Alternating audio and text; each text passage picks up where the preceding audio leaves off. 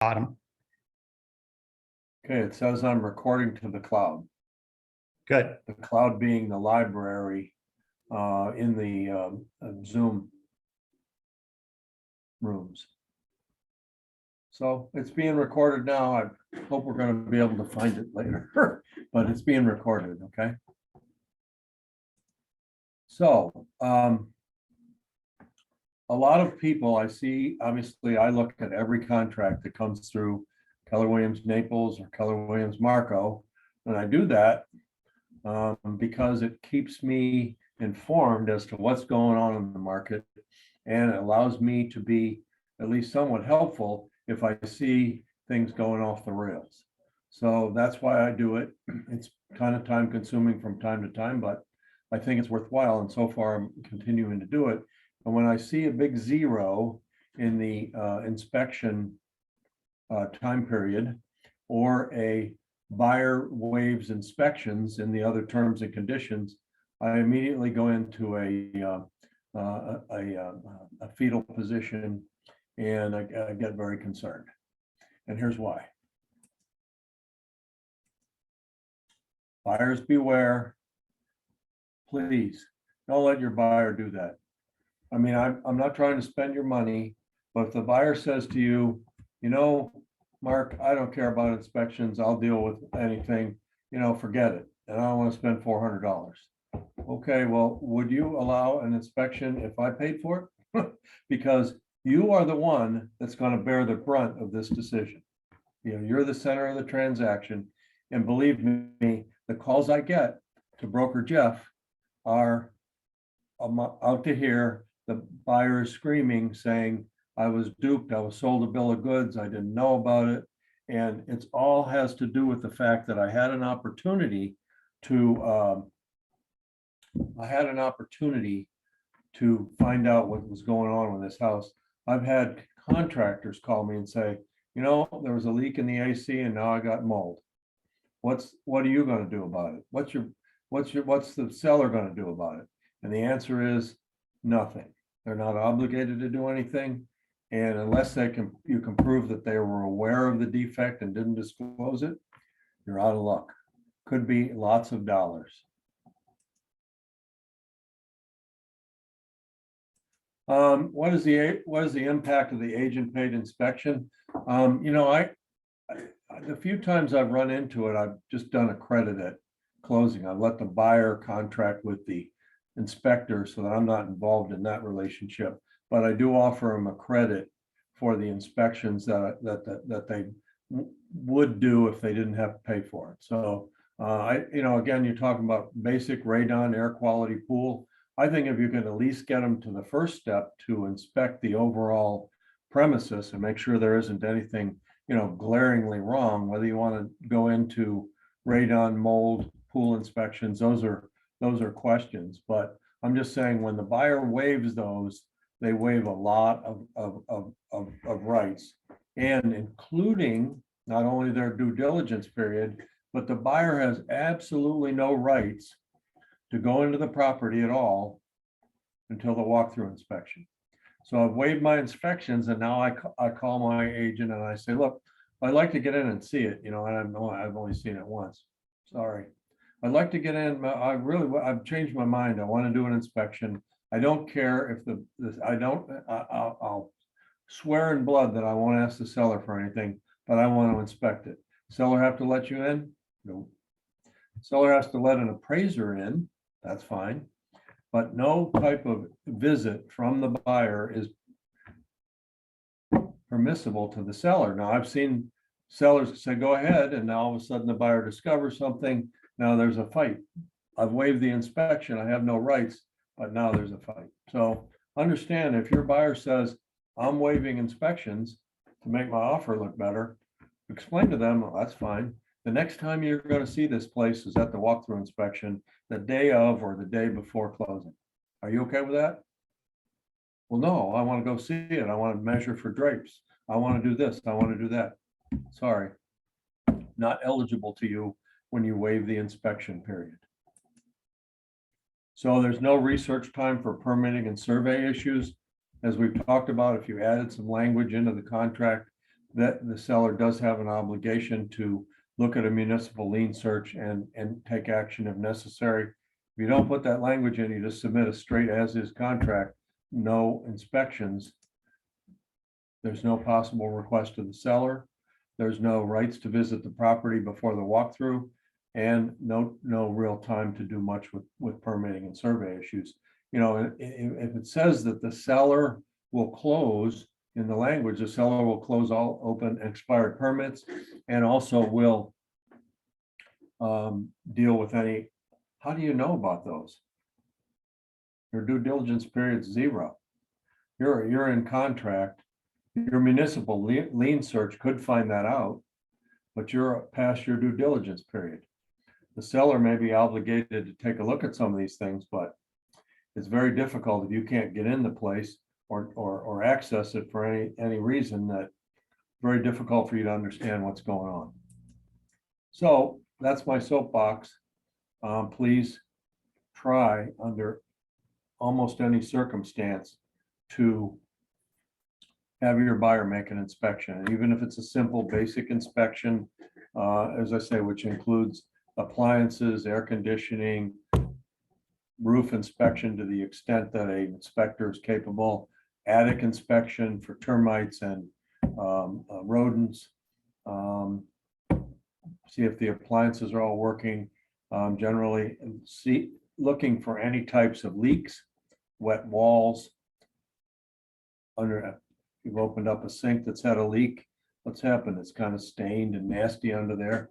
That could be mold underneath there. So the inspector can tell you a great deal in a short period of time and give you a written report from which, if you decide that you want to ask the seller for anything, at least you have a credible source that's giving you that information. So in the as-is contract, there's a due diligence period, and if it's not 0, it's defaults to 15. I don't see much. I see that being counter offered by most sellers down to 7 to 10 days. 3 days to 5 days is a little tough because, you know, generally you're not going to get an inspector out the next day, especially if you go to contract over the weekend. So you really want 7 to 10 days minimum to get the inspector out there, get the report back from them, evaluate the situation, maybe get if you need any repair estimates or anything. So try to get at least 7 to 10 days. The default is 15. So theoretically, in the as-is contract, as written, the buyer accepts or rejects the property. That's it. That's what it says. It says in the Naples as-is contract that the parties have bargained for this event, that the buyer will accept the property as is and not ask for the seller for anything. And, you know, in a market like we have today, which is clearly strongly a seller's market, the seller has more leverage. What the market we had probably for 5 years or so previous to COVID, the seller often negotiated a lower price, thinking that if I negotiate that lower price, I won't have to do anything. Didn't work that well for them, but I've seen people drop their price $40,000 or $50,000 on a $800,000 or $900,000 house in order to say, look, I'll drop my price to your bid, but I'm not doing anything.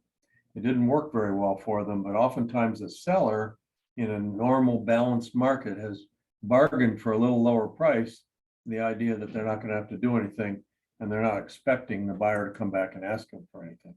So there's a form in the Naples library called the buyer's request and seller's response. Do not use that form on an as-is contract. It's not referenced in the contract. It doesn't mean anything.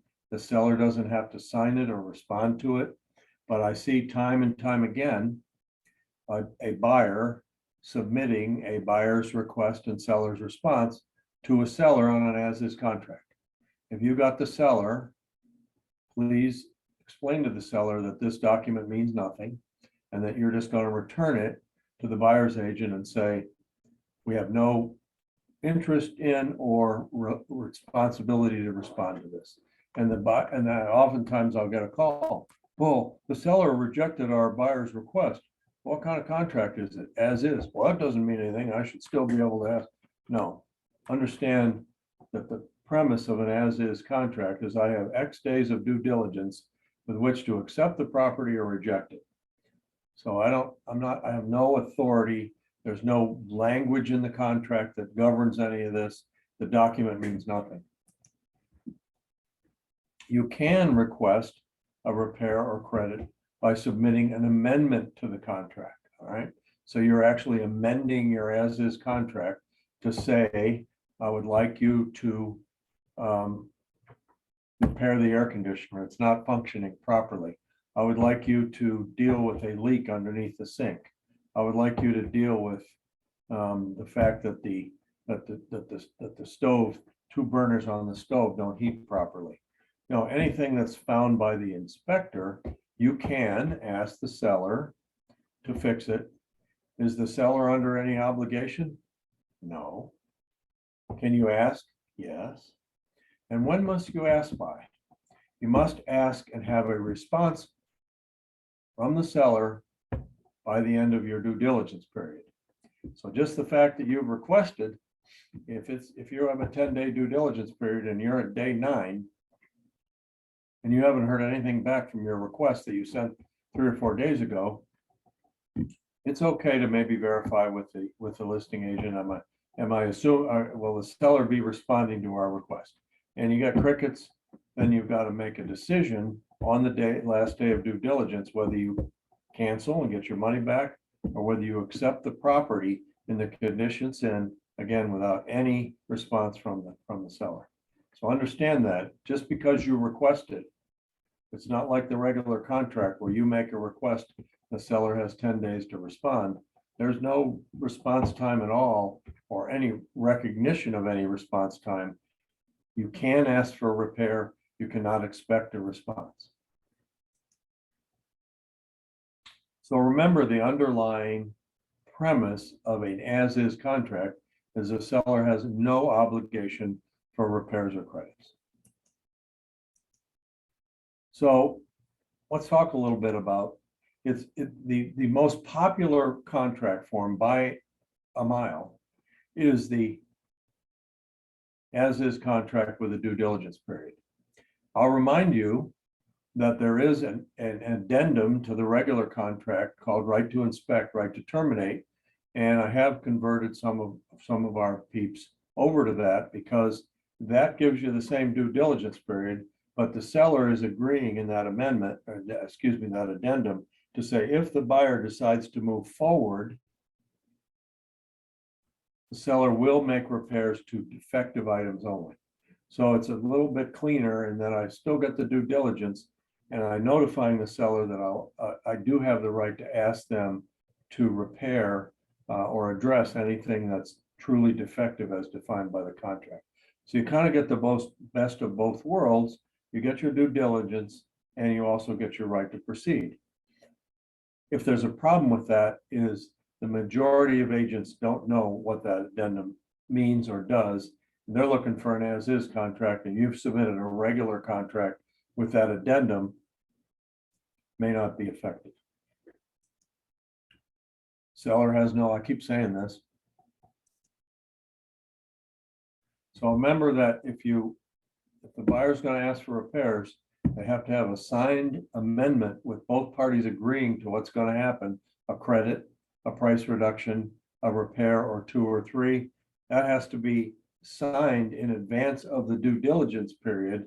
Then when the due diligence period expires, you're moving forward and that addendum, in a FARBAR contract or amendment in a NABOR contract becomes the governing force for going forward. The seller has agreed to give you a credit or to do certain repairs, and then that moves forward after your due diligence period. But if it's not signed by both parties prior to the expiration of your due diligence, make sure you protect your buyer and say, hey, they haven't responded to this. Or do you want to move forward and deal with these items on your own, or do you want to cancel? That's the purpose of the due diligence period. So open expired permits, unpermitted additions are not specifically addressed by the as-is contract. They can be put in there and if the seller accepts it, that the seller needs to address these items, which means that you'll do a municipal lien search and the seller's agreed to address them. So I think that there's no downside to putting that in if you're representing a buyer, because the worst the seller can do is cross it out or not accept it. But it does protect the buyer. All right, so in the request for repairs, there is no differentiation between cosmetic items and defective items. The regular contract, be it FARBAR or NABOR, goes to great length to define what is defective and what is cosmetic. And things like torn screens, cracked roof tiles, cracks in the tile and inside, minor things where that does not affect the operation of the system or equipment that we've inspected is considered cosmetic. So when a buyer fills out an amendment or an addendum for repairs, there's no governance there. You know, you can ask for anything you want. Well, the air conditioning cover is rusty. I really want a new air conditioner. I don't want a rusty cover. You know, things like that would not be valid requests in a regular contract. Well, really anything goes. The question becomes, are you going to get the seller to agree? So repairs and credits are not defined. So if I ask you to repair the disposal that doesn't work, unless I specifically request it, do I have to use a licensed contractor? If I have there's some problems with the breaker box or some GFIs, do I have to use a licensed electrician? So it's a little bit of the wild, wild west when you're asking the seller to do repairs, because the seller can do them himself. I got a screwdriver. I'll go down to Home Depot. I'll fix this right up. Is there anything the buyer can do about that? Nope. Not unless, if you get really detailed and you want to protect your buyer, you may even have an attorney draw up this addendum or amendment, because you start putting language in there like can only be done by a licensed contractor, must provide receipts, blah, blah, blah. Then you're getting into writing an addendum or an amendment with the unauthorized practice of law, not recommended. Somebody grabs a hold of your writing and turns you in, and you say, I wrote that. Oh, are you a licensed attorney? No. So if you're in doubt, call broker Jeff. We'll talk about it. Sometimes these things get complicated enough and you're trying to protect your buyer. It might be worth a few minutes, especially if you're using a title company to close that has an attorney on staff, or if you're using an attorney, it might not be a bad idea to get the language solidified so that you can enforce it if there's a problem. So when it's all said and done, is this whole process best for the buyer seller? I argue not, but my argument doesn't seem to be setting any trends in the industry. Everybody seems to want to use as-is contracts, and that's okay. Let's just, it is what it is. Just understand that if you're going to use one or you're going to receive one representing your seller, that you understand the nuances and the differences between an as-is contract and a regular contract. We'll talk a little bit about defective versus cosmetic. As I said, we go to great length in the normal contract, both FARBAR and NABOR, to define what's defective and what's cosmetic. Systems and equipment not operational. The disposal doesn't work. The dishwasher has a leak. The rear left burner on the stove doesn't operate. The oven only heats up to 220 degrees. All of those things are systems and equipment that are not operational to the manufacturer's standards. Therefore, it's a defect. Cosmetic items, working condition with aesthetic imperfection. Okay, the air conditioner works fine, but there's no gutter there, and every time it rains, the rain falls on it. The cover's rusted. The case looks a little bit shaky, but it's working, operating normally, and cooling properly. That's an aesthetic imperfection. Radon greater than 4.0 or toxic or pathogenic mold. The NABOR contract defines mold into allergenic and toxic or pathogenic mold. Allergenic mold, Penicillium and Aspergillus being the two most popular non-allergenic molds in the world, not considered a defect. Radon greater than 4.0, considered a defect. Active termites, lead paint, or wood rot, considered a defect. Oops, wrong way, sorry.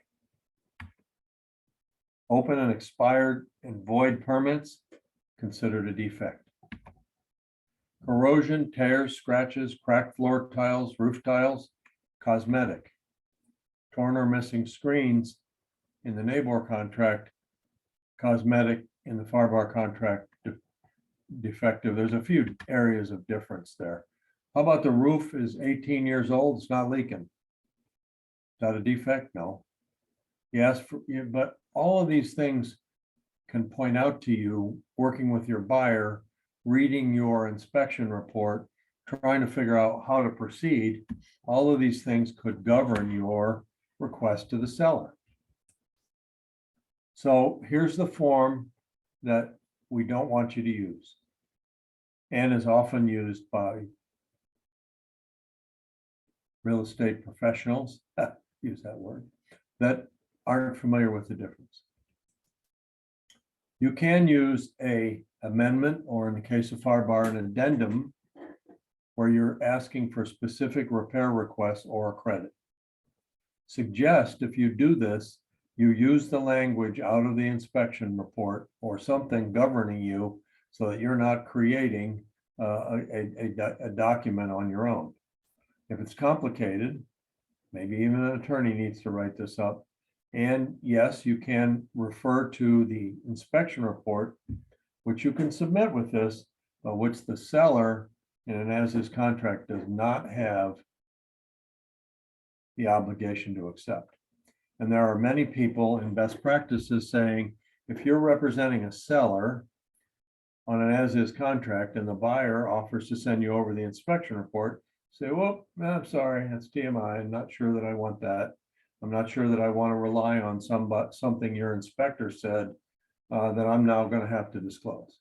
So you have to be a little careful with these interactions when you're representing a seller in an as-is contract, because remember, if it's Johnson v. Davis says, if there's a defect that's not readily observable that could materially affect the value of the home, it's a Johnson v. Davis violation. The seller must disclose it to the next buyer.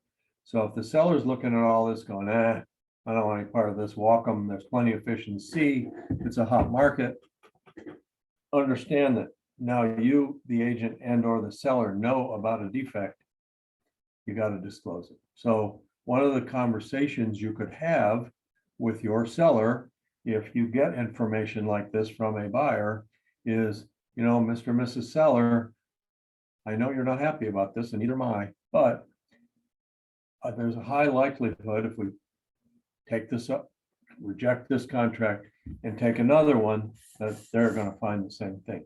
And you're going to be dealing with it over and over again. So maybe we're better off fixing it and addressing it so we don't have to continue to deal with it. Any questions or comments so far? I'm hoping that this is making some sense to you. All right, so one of the things that I always do when I deal with negotiations is we're, for the most part, transaction brokers. Some of us operate as single agents where there's more fiduciary responsibility to the party that you're representing. However, I think we try to do whatever we can to keep buyers and sellers working together to come to the closing table. Because how much do we get paid when the deal falls apart and we send over a rejection? Is it about this much? That's about this much. So keeping the deal together is in our best incentive, so long as we are acting in the best interest of all parties, essentially as a transaction broker, so long as we're not acting to the detriment of another party. So you get your inspection report, and there's a bunch of minor stuff on there. And you're trying to get the seller to accept your request for a credit or repairs prior to the expiration of your due diligence period. And many of these due diligence periods are being bargained down to 7 to 10 days. Not a lot of time. Get the inspector out there, get a report, maybe get a couple estimates. In the meantime, they've listed a few things in there that are a handyman could do for a few dollars. Suggestion that I have for you is to eliminate those, because those could be antagonistic to the seller, cause the seller to say, you're out of here. Now your buyer's disappointed, they don't get the house that they wanted. And as we know, there's not a whole lot of inventory out there. So your buyer may have been involved in 4 or 5 contracts. They finally get one accepted. How they do the inspection. Theory is, I'm paying a lot of money for this house. I'm paying more than I want to, so I want everything fixed. Okay. But the seller doesn't sign that and send it back in the due diligence period. Now you got to make a choice. The buyer has to accept everything or cancel and move on. So if possible, again, we're dealing with small time frames here. Try to get more than one estimate on a repair, even if it's ballpark kind of stuff, to make sure if you're going to ask the seller for a credit, you're not asking them for some, sometimes when,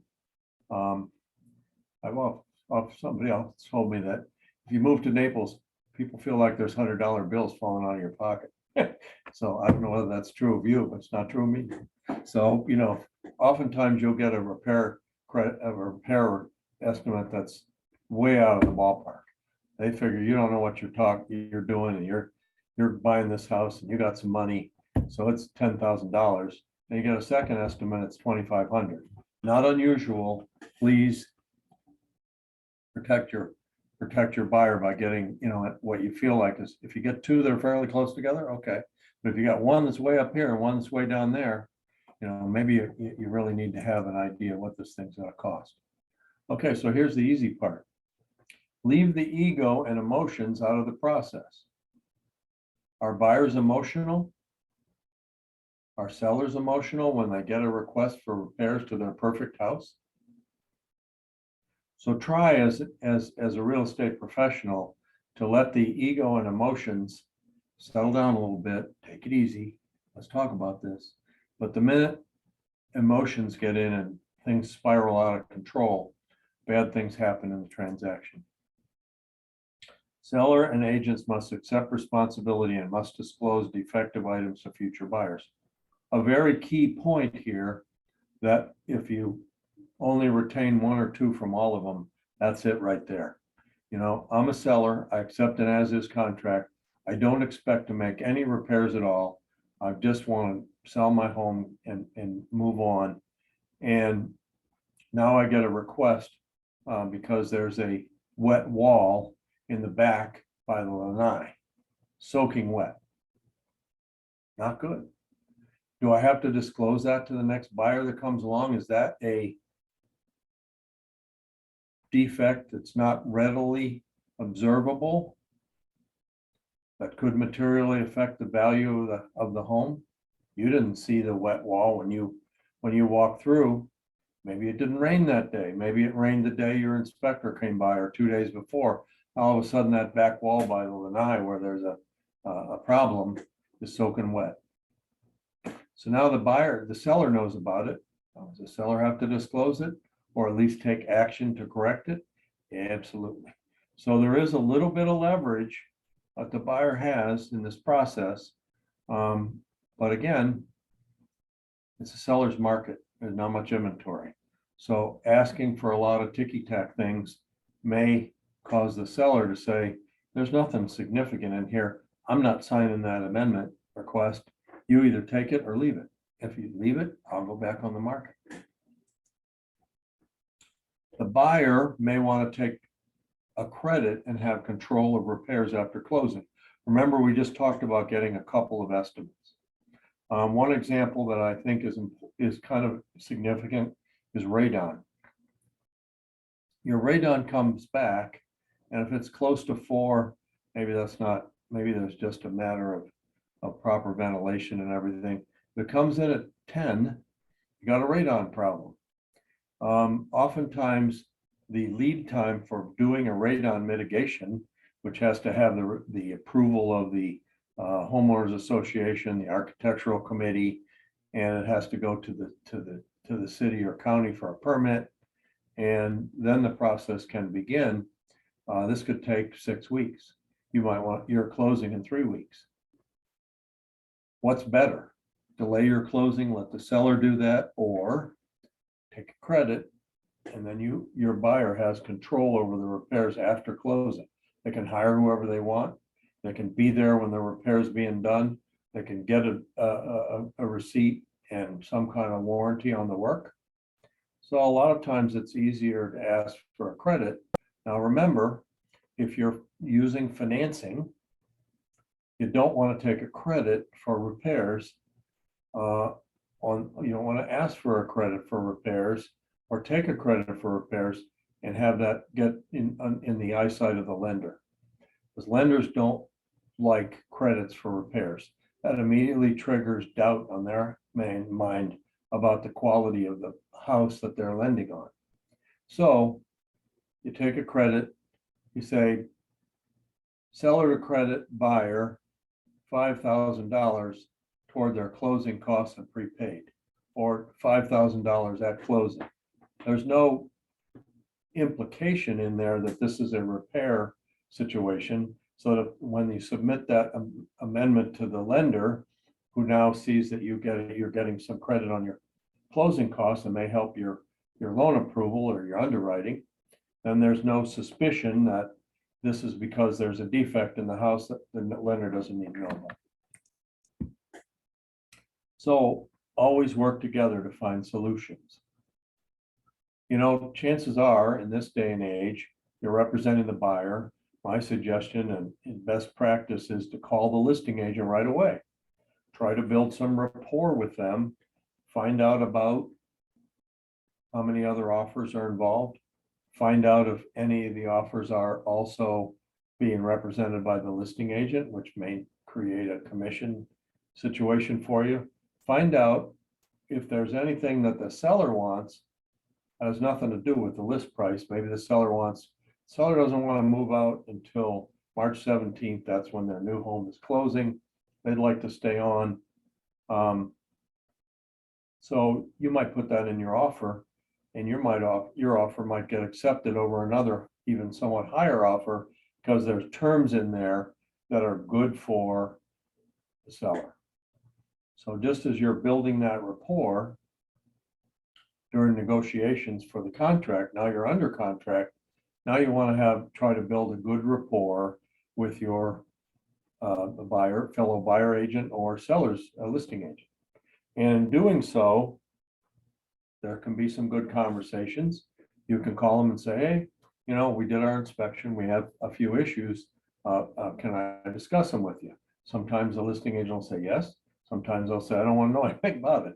And then in which case you're kind of on your own. But if you've built a good relationship with them and you've established the fact that you're quite competent, which is easy enough to do, and then the other agent might say, okay, well, let's try to work this out. Let's try to keep this deal together, you know, and you get both people working together to find a common ground. That's much better off and much higher probability that you'll close and have a payday than if you get at odds with each side and start, you know, I'm not going to do this, or you're not going to do that. That kind of thing is you know, negative connotations, negative body language, words, opinions are not good in this situation. You want to try to build a positive rapport and work together to get things done. All right. Excuse me 1 minute.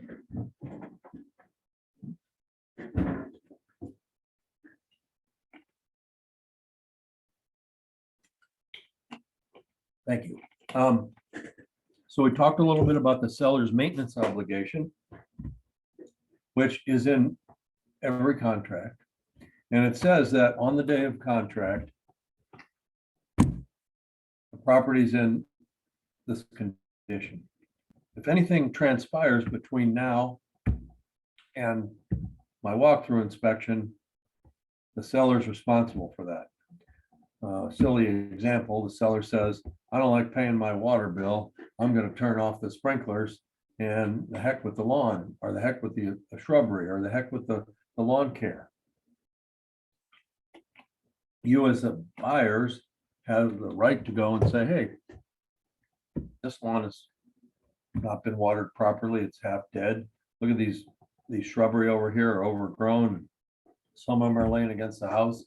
Those are some examples. Another example is an appliance quits working. A roof leak develops.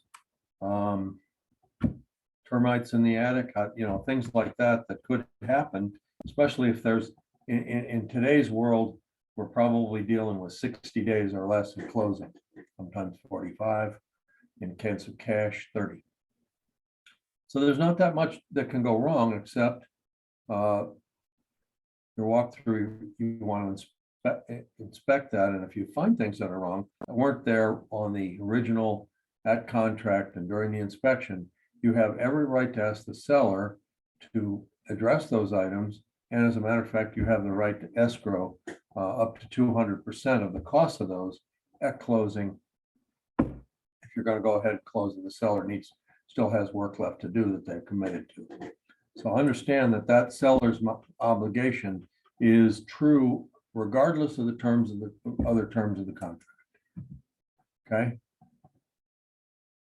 If there's personal property that you've negotiated for, that's also included in the seller's maintenance obligation. Normal wear and tear, that's fine. If things have, if there's an additional crack in a tile in the kitchen, or some scuff marks, or normal wear and tear, that's not part of the seller's maintenance obligation. Obviously, the seller's going to continue to live there. There's minor things that happen. Those are not things that the buyer can ask you to fix. Maintenance obligation, remedial action, or buyer may take credit at closing. So the buyer can take a credit if they find that the seller hasn't lived up to their maintenance obligation. You could ask the seller to take remedial action. All of a sudden, you go to check the garage door and it doesn't work. Cocks to the side, doesn't work. You have the right to say, I want the garage door fixed and operating normally as it was when we saw the house. And the buyer can, or you can say, I need, $800 credit, and I'll call the repairman to fix the garage door. So anything you notice, which is why we're going to talk in a couple minutes about walkthrough inspections and why they're so important, but you have to keep your eyes and ears open and make sure you know that there's something that's changed since you originally signed the contract. So again, if there's repairs required, the seller must escrow 200% of those costs if they're not completed prior to closing. And there's language in the contract that says that 200% is not a cap on what the total cost might be. So I might escrow 200%, but there's more trouble than we thought. It costs more. The seller is responsible for paying 100% of all of those repairs, regardless of what they escrow at closing.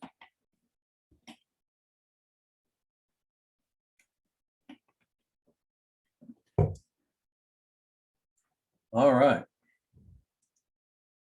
So let's talk about walkthrough inspections.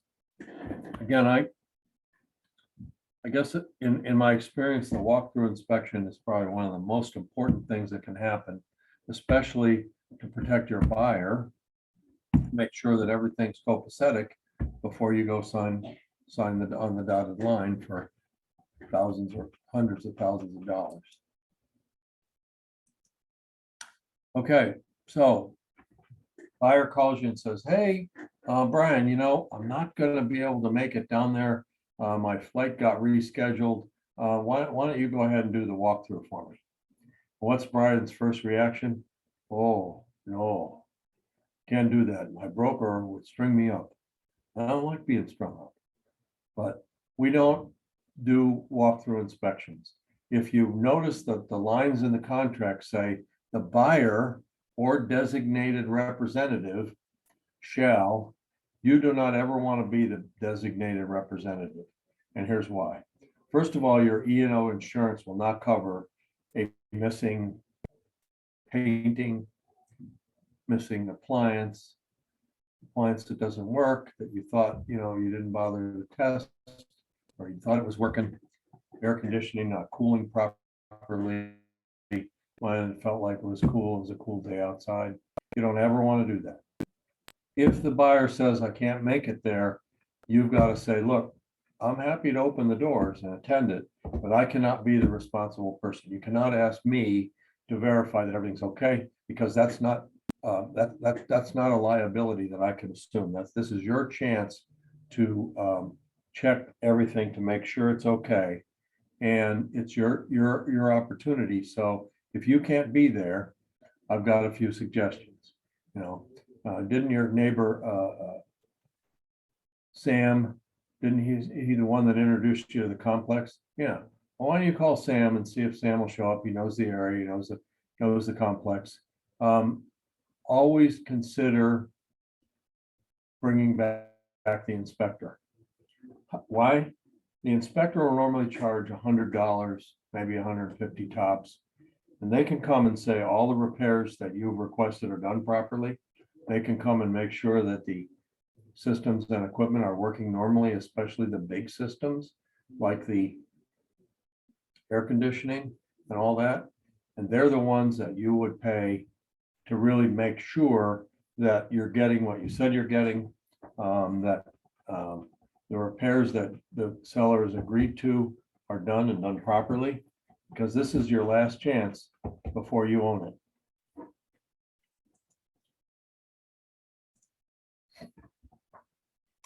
Have the inspector present, it really is money well spent. And as long as you give them, you normally have a little bit of notice on your walkthrough, and usually at least a couple of weeks.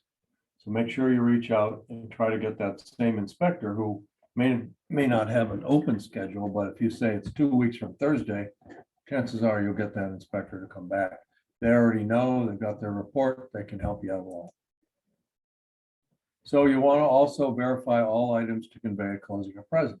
So for those of you that have attended enough of my contract classes, I will spend half an hour on the first 7 or 8 lines of that contract, trying to convince you that without an inventory of everything that's going to convey a closing, you're rolling the dice, and you could get yourself into a very difficult situation if you go to the walkthrough and none of the bar stools are missing. The bar stools were on your inventory, or the painting. There was 2 paintings on the wall. Those were on my inventory. They're gone. So now you have a hard copy inventory that you've agreed on with between buyer and seller, that you can say, here's what it is. Could it be pictures? Yes. Could it be video? A little harder to verify. But when you walk into the laundry room and that Samsung washer and dryer are not there, but there's a Maytag scratch and dent there, is that a problem?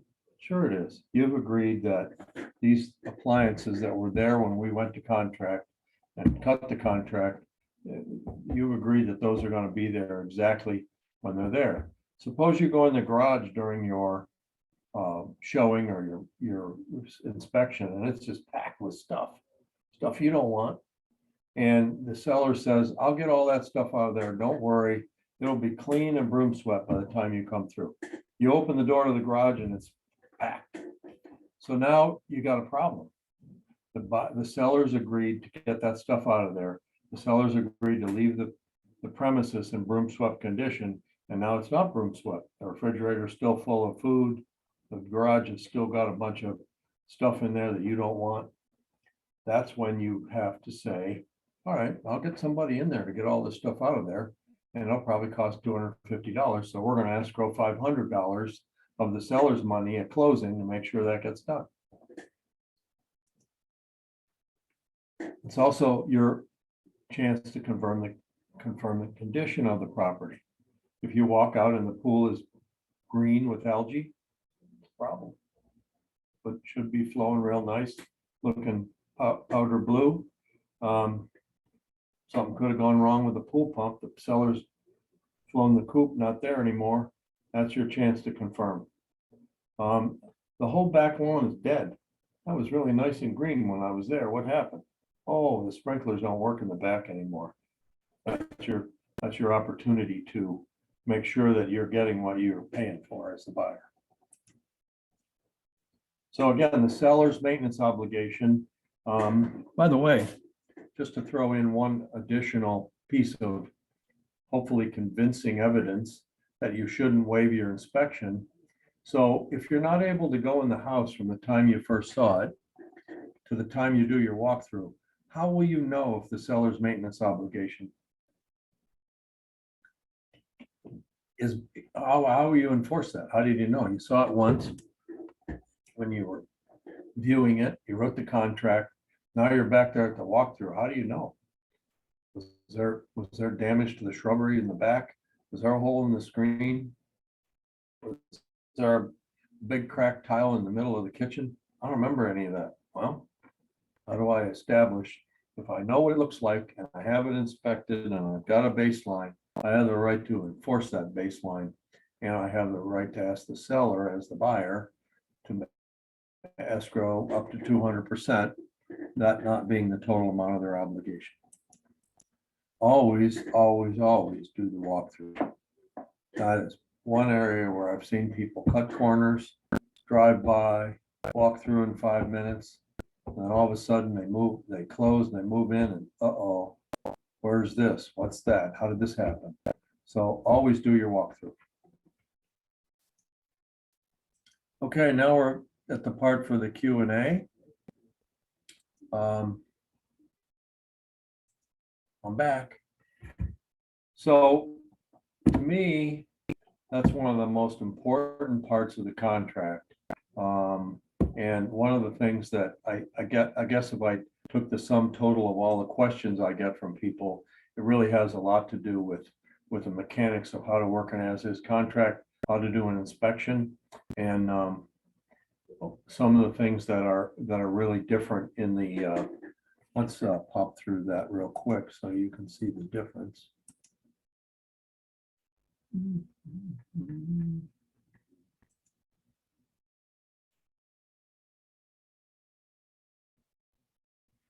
All right. Let me go here.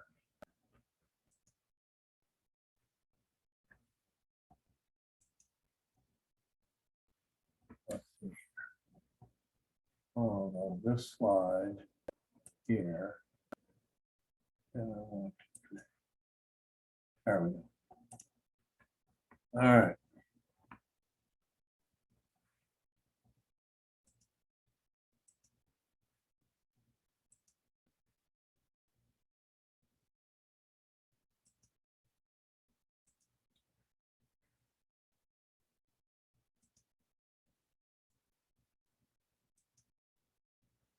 Can everybody see that okay? Raise your hand.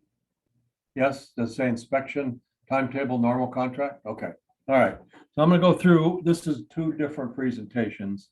I'm just gonna go through the portions of this presentation that pertain to the normal NABOR contract, okay? So you can compare and contrast the differences. So I think that hopefully I can make a little bit of a case for why you should use the normal contract, but again, that's a lot of times that's the decision of the seller or decision of the buyer. But remember, in the NABOR contract, we have timetables. And those timetables are much different because there's a set of procedures that work with inspections in the normal contract. So the buyer has defaults to 15 days. Could be bargained down to 7 or 8 days, but the buyer has the original inspection period. You can make one request to the seller within 5 days of the end of your inspection period. So if your inspection period is 10 days, you have 5 days after that. And remember, we are counting calendar days in all cases. And the only time we do different than that for a deadline is if it ends on a Saturday, a Sunday, a federal holiday, or the observance of a federal holiday, like MLK Day was a week or 10 days ago. So you count your days from day 0, which is the effective date is always day 0. So if your inspection period is 10 days, you count the day after. If it's today, Monday, Tuesday would be day 1, and we would count. And if the end of that period ends on a Saturday, Sunday, federal holiday, observance of a federal holiday, it automatically bumps to midnight the next day. So if it ends on one of those days, then we're going to bump it to the following business day at midnight. Buyer can make one request. We specifically tuned the contract in the last revision cycle to say the buyer doesn't have the obligation, even though it's within their inspection period, to make 3 or 4 different requests. You got one, and you get 5 days after the end of your inspection period to make that request to the seller. And yes, buyer's request and seller's response is the form to do it on. The seller then has up to 10 days to respond to the buyer. What they're going to do, response to the buyer's election, seller's response. And if the buyer comes back not agreeing to our request for addressing defective items, the buyer then has 5 days after receipt of that document back from the seller to cancel and get their money back. So 15, 5, 10, 5. Obviously, if 15 changes to 10, it's 10, 5, 10, 5. But remember, if you're all done with your inspection at 12 days, that can be the end of your inspection period. Then you get 5 days from that to send it to the seller. You send it to the seller has 10 days, but the seller could respond in 4 or 5 days. Doesn't matter. The buyer still has 5 days after receiving their response from the seller to cancel if the seller refuses to address a defective item or give sufficient credit that the buyer's happy with that. So always make sure when you start out, for those of you who don't know, there is a timeline in the neighbor contract library that allows you to, right from day 0, your effective date, allows you to map out for your buyer and seller exactly what the critical dates are in the contract, who's they're responsible for. So I always recommend you grab that timeline. It's in the library, DocuSign library. It's also in the neighbor.com library. Always get in there and establish those dates, maybe even back it off a couple days so you have a chance to make sure you get to your customer and make sure they understand that there's a deadline coming. Same with deposits. Same with obviously closing date. And finally, financing contingency date. Very important date in the neighbor contract. Whoops, I went the wrong way, sorry. We did this slide, so there's really nothing too much different there, other than I've given you the lines in the contract that defend these circumstances, okay? And here they are. So if you've not worked a lot of these contracts and not done a lot of inspections, this is a little cutout I did of the actual neighbor contract for defective inspection items, starting on 247, going to 257. I left the line numbers in there. And then Systems and equipment shall be deemed to be in working condition 306 to 308, and cosmetic conditions 309 to 312. All right. So actually, if you were to, you can copy this slide, I can send you a copy of it, or if you were to have that as a reference, it's a lot easier to determine what's defective and what's not. And again, we've added things like wood rot was added last year, or because most of these entry doors that go out from the lanai to the outside, or especially from the garage to the outside, are made out of wood, and wood in Florida gets wet and rots. Thank you very much. So if there's a wood rot condition for whatever reason on whatever surface, it is now considered a defective item. So these are great definitions. This is why we went to all this trouble to do this. They don't apply in an as-is contract because there's no such thing as defective and cosmetic. However, there is the caveat that says if it's in this defective item here, and I ask the seller to address it, and the seller doesn't, seller then has to disclose it. So this is the form that we said don't ever use in an as-is contract, but please always use in a regular contract. Now let's take a look at it. So part one, you're going to check off. Remember, in the regular contract, the seller is entitled to a complete copy of the inspection report, not just the front page where the inspector lists the areas of concern. So you got to send them the whole report so they can read it themselves. And along with that would accompany this form. If there's a radon inspection, the results of the radon inspection. If there's a wood destroying organism problem, same with if you do a mold inspection. And also unpermitted improvements, non-conforming structures, open permits, code violations, the result of your municipal lien inspection. So you're going to check any one of those boxes that applies. And then in part two, you're going to say, I want a credit, I want remedial action, or I want both. I want the seller to repair the defective GFI circuits. I want the seller to do this and that and the other, which are all listed. And I'd like a $3,000 credit for radon mitigation, because that we can't get done between now and closing anyhow. So then the buyer signs that, sends that little beauty over to the buyer's or listing agent, says, here, this is what we're requesting. Now let's take a look at 3A, B, and C, because they're very important. When your seller responds, it's really a great idea if they check box A. And here's why. Box A says, I'm the seller, I'll accept everything you've thrown at me that's considered defective under the terms of the contract. What I won't accept is cosmetic items, and I'm not responsible for those. So it used to be, without that terminology in there, the seller checked box A, the buyer assumed that means I'm going to address everything on your list. Now it says, I'm going to address everything on your list that is truly defective. Now, if the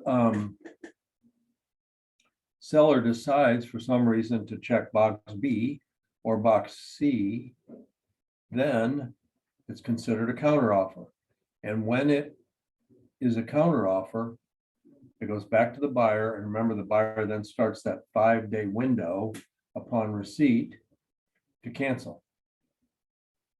All right. So that's the way this form works. Pretty straightforward, but remember, it always accompanies a copy of the inspection report. So this is a page that was added. The page unto itself means nothing, but it is a place where you can list out the items that you're asking the seller to address that are hopefully defective. But again, buyers should not request remedial action or credit for cosmetic items. It's right in there, underlined there. So you make your list. You can refer back to the report page on the inspection report if you want to, or you can just make a list.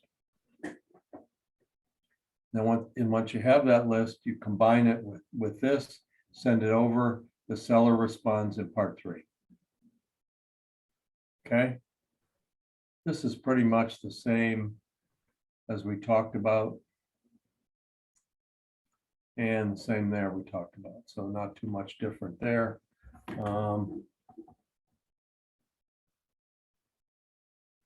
That's about it. Okay. Yeah, Jeff, Stop the share, I'm back. the question? All right. So was that helpful to you?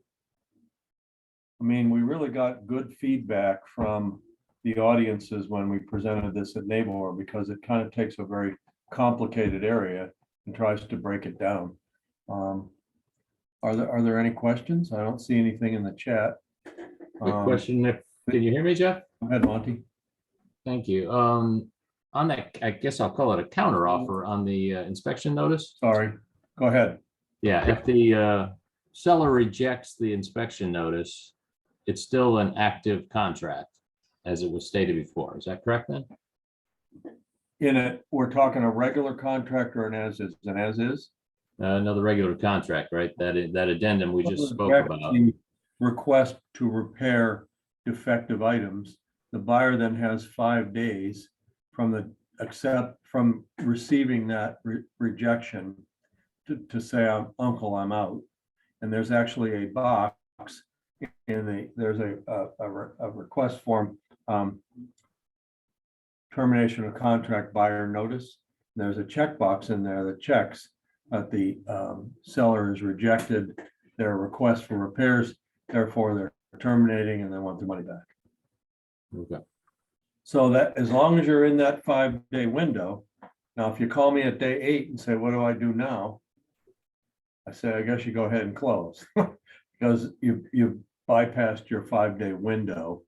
And oftentimes there may be some dispute in that. So you have to try to get if you're on the front end of that window, it might take a couple of days to get it all sorted out. And one of the things that is troubling in all the contracts is that both, with the title company involved especially, both parties have to sign off on the contract or on the termination and deposit release before the title company will release the deposit. So if you got a $10,000 deposit and you say, I'm the buyer, the seller didn't honor my request to repair defective items, I want out, you send the seller over a termination buyer notice and a termination and deposit resolution, then both parties have to sign that termination and deposit release, or the title company can't release the deposit, even though it could be really cut and dried. So it's an area where we run into some trouble because you have an angry buyer or an angry seller that doesn't want to sign off on it, so the buyer gets their money back. Now, what's the remedy for it? The remedy is I have to file a lawsuit. So I've had more than my number of events of this kind that I like to deal with, but a lot of times it's not a lock for I would say in maybe 20%, 15 or 20% of the cases, it's not a lock for both parties to agree on who's getting that deposit back. Even though the contract may be fairly secure, it's not a lock. So you have to understand that when you're terminating, where there's a unilateral termination of one on each side, then sometimes the parties don't agree. You could have a deposit dispute. You've terminated, the property can go back on the market for sale, and now you've got a deposit dispute. So try to avoid those if you can. Terminations such as is contracts in the due diligence period, things like that, are pretty much automatic. Many lawyers, if you're using them as a closing agent, may elect to release those deposits even though both parties haven't signed off on them, because it is a unilateral right to terminate. But when it's one side or the other terminating for cause in the contract, it's not always a lock. Always include the termination and the termination and deposit release. Both documents, according to the attorneys, are important to send. All right, thank you, Monty. I appreciate your attending. And I hope that I made it worthwhile of your time. Anybody else have any other questions? Mark? You okay?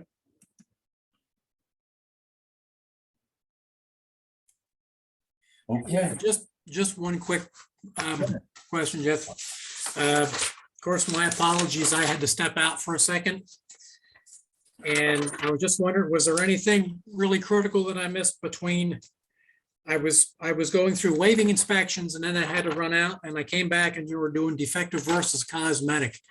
Is there a block of something I really missed that was, well, not really, because we went over really the same thing in okay, the same thing in both. Let me see, I'll flip back here and see if I can't.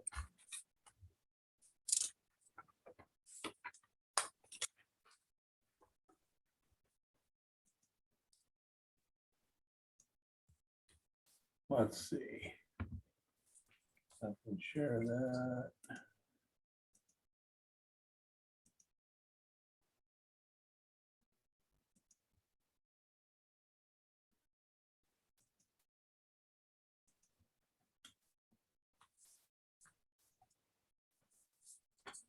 Yeah, I think we talked a little bit about the timetable.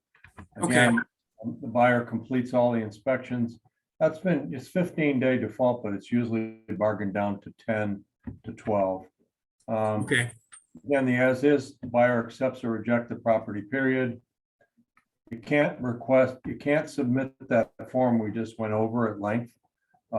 It's got to be an amendment or an addendum in the case of FAR. okay, You can't submit the buyer's request and seller's response because the form is not recognized in the as-is contract and it has no meaning. okay, So if you want to ask the seller for repairs or credits or price reduction, you have to do it by amending the original as-is contract. And the Okay. seller can say no. However, one of the things that we found out that